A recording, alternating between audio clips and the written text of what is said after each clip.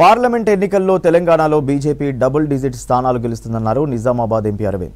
నిజామాబాద్లో తన ప్రత్యర్థిగా కవితే ఉంటారని అనుకుంటున్నానన్నారు. తెలంగాణలో కాంగ్రెస్ గెలిచింది ప్రో కాంగ్రెస్ ఓటుతో కాదు, యాంటీ కేసీఆర్ ఓటుతో అన్నారు ఎంపీ అరవింద్. పార్లమెంట్ ఎన్నికలు వస్తున్నాయి.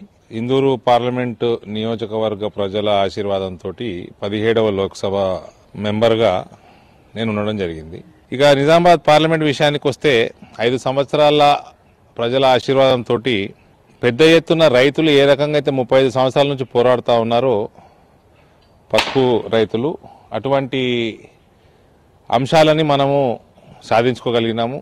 పసుపు బోర్డుని, ఆ జాతీయ పసుపు బోర్డుని, అదే కాకుండా పసుపు బోర్డు ఇస్తూ 1600 కోట్ల ఎగుమతులు ఉన్న పసుపుని 8400 కోట్లకి పెంచే టార్గెట్ని పసుపు బోర్డుకి ప్రధానమంత్రి గారు ఇవ్వడం జరిగింది.